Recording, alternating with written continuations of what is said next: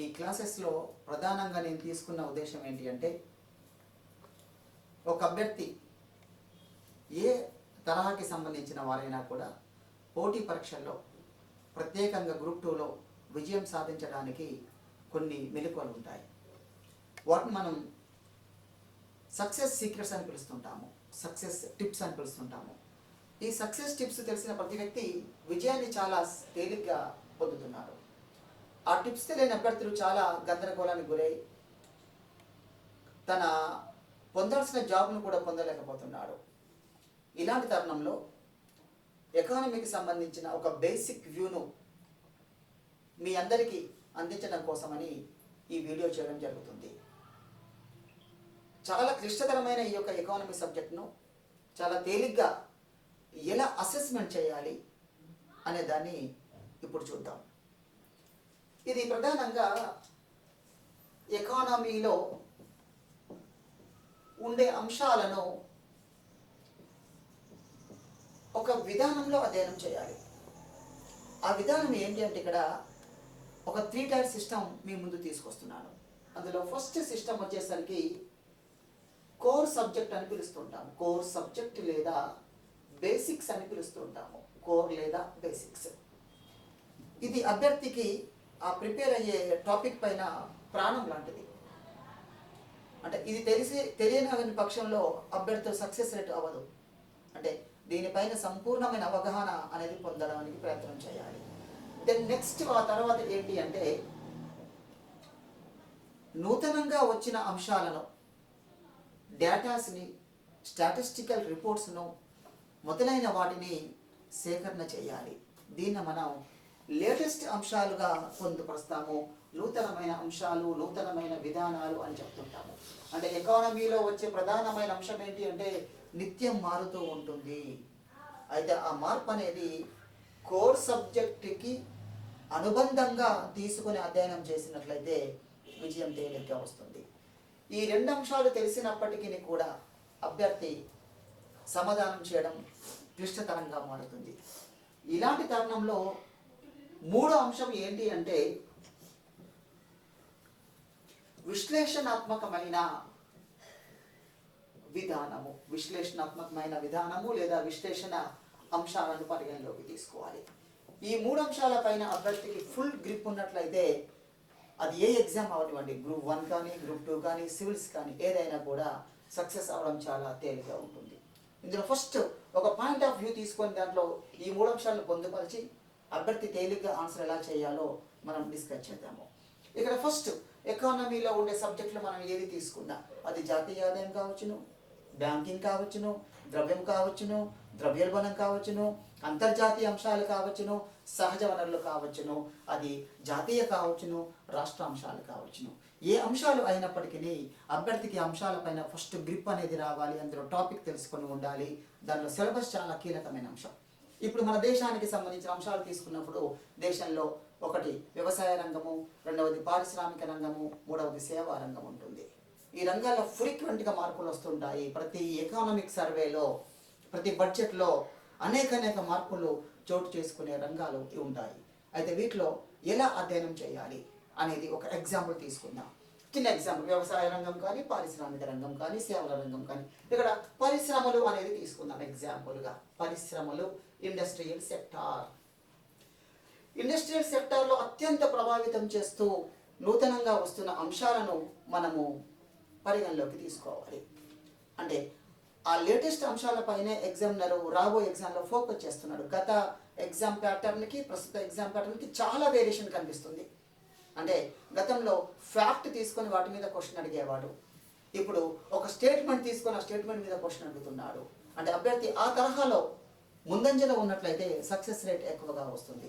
దానికి గాను చిన్న ఎగ్జాంపుల్ ఏంటంటే, ఈ పారిశ్రామిక రంగంలో వచ్చిన మరొక అంశం ఏంటంటే, micro small medium enterprises development act అనేది 2006లో రావడం జరిగింది. MSMED యాక్ట్ వచ్చింది.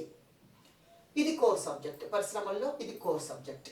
అంటే ప్రతి అభ్యర్థికి ఇది తెలుసుండాలి. Micro small medium enterprises development act అనేది తెలిసి ఉండాలి. అది తెలిసిన తర్వాత లేటెస్ట్ అంశాలు ఏమైనా వచ్చాయా తెలుసుకోవాలి, అంటే నూతనంగా వచ్చిన అంశాలను అధ్యయనం చేసుకోవాలి. ఈ మధ్యలోనే నూతనంగా వచ్చిన అంశాలు ఏంటి అంటే ఈ ఎంఎస్ఎంఈకి సంబంధించి మైక్రో స్మాల్ మీడియం ఎంటర్ప్రైజెస్కు సంబంధించి ఒక అవుట్ రీచ్ అనే విధానాన్ని తీసుకొచ్చి 12 సూత్రాలు పొందుపరచారు. దీనికి ఇది అడిషనల్ అండ్ న్యూ ఈవెంట్స్తో కూడిన అంశము. అభ్యర్థులు చాలా వరకు ఇక్కడే చదివి ఆపేస్తున్నారు, దీని యొక్క వివరణ చదువుతున్నారు, దీనికి సంబంధించిన పరిగణ తీసుకున్నారు. కానీ ఎగ్జామినర్ దీన్ని ఆధారంగా చేసుకొని ఈ నూతన అంశాన్ని యాడ్ చేసుకొని విశ్లేషణాత్మకమైన క్వశ్చన్ అడుగుతున్నాడు. అలాంటప్పుడు అభ్యర్థి సక్సెస్ రేట్ 80% రాదు. అది రావాలంటే ఈ కంటెంట్ రావాలి, లేటెస్ట్ ఈవెంట్ తెలియాలి, దానిపైన విశ్లేషణ కూడా రావాలి. ఇప్పుడు నూతనంగా వచ్చిన ఎంఎస్ఎంఈ అవుట్ రీచ్ ఏమిటి తెలుసుకోవాలి.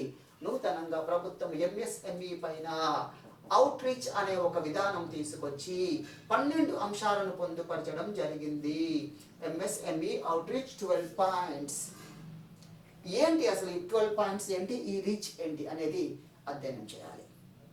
ఇక్కడ మంత్రులు అన్ని శాఖలకు సంబంధించిన వారు ప్రభుత్వం తరఫున మైక్రో స్మాల్ మీడియం ఎంటర్ప్రైజెస్ రంగం ఎలా ఉంది, దానికి ప్రభుత్వం ఎలాంటి ప్రోత్సాహకాలు కల్పిస్తుంది, దాన్ని ఎలా ప్రమోషన్ చేయాలి అనే మొదలగు అంశాలను మంత్రుల ద్వారా మార్కెట్లోకి తీసుకెళ్ళడం జరుగుతుంది.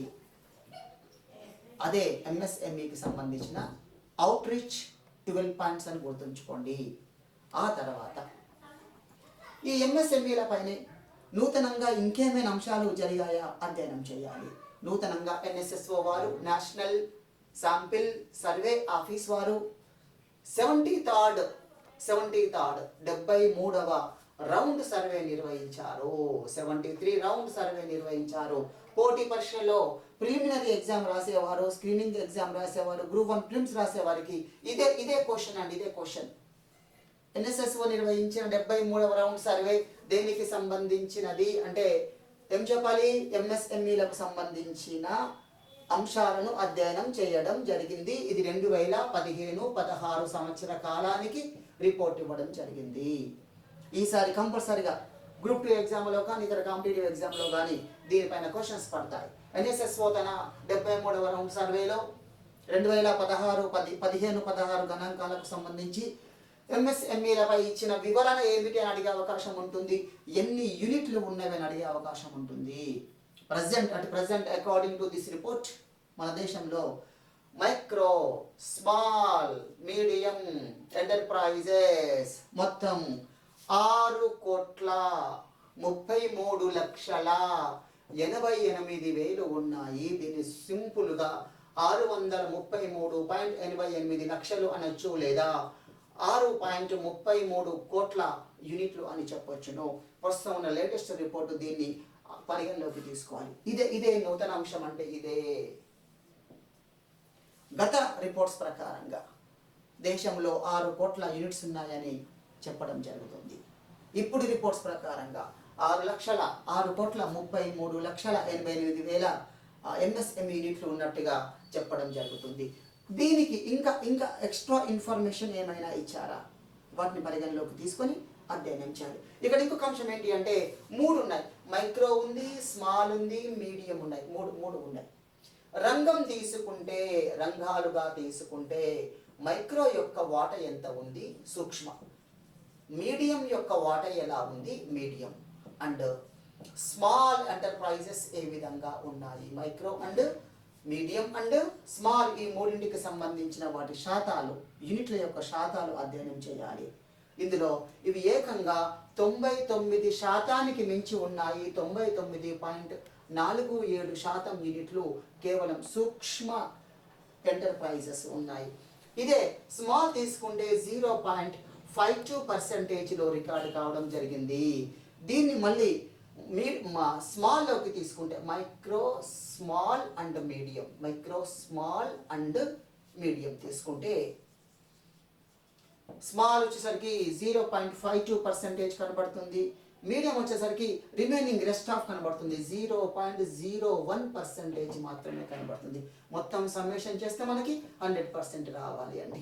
ఇగో ఈ విధంగా ఈ రంగంలో ఉన్న ఈ యొక్క యూనిట్స్ మొత్తం తీసుకుంటే 6,33,88,000 రఫ్గా 88,000 మనం తీసుకున్నట్లయితే ఇందులో మైక్రో సెక్టార్లో 99.47%, స్మాల్ సెక్టార్లో 0.52%, మీడియం సెక్టార్లో 0.01% మాత్రమే కనిపిస్తున్నది.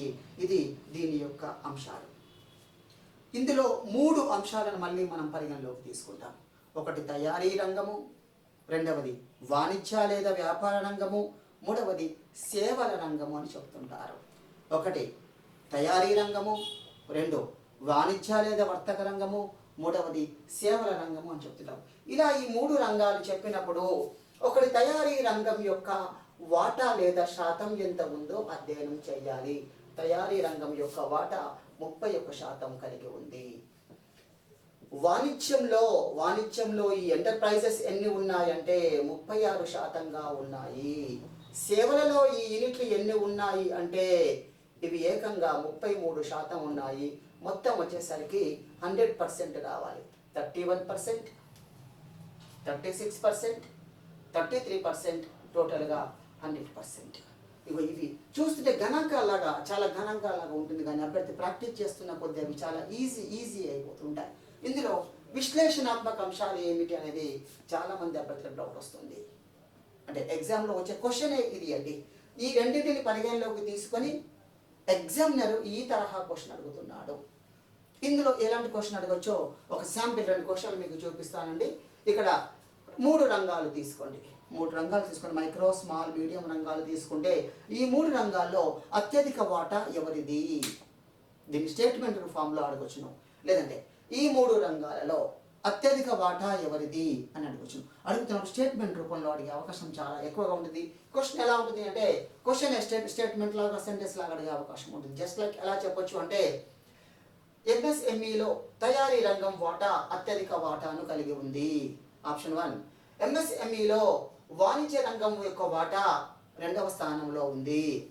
ఎంఎస్ఎంఈలో సేవల రంగం యొక్క వాటా 3వ స్థానంలో ఉంది అని అలా ఇచ్చినప్పుడు అభ్యర్థాన్ని సంపూర్ణమైన నాలెడ్జ్ ఉన్నప్పుడే ఈ విశ్లేషణ అనేది సాధ్యమవుతుంది. లేని పక్షంలో సాధ్యం కాదు.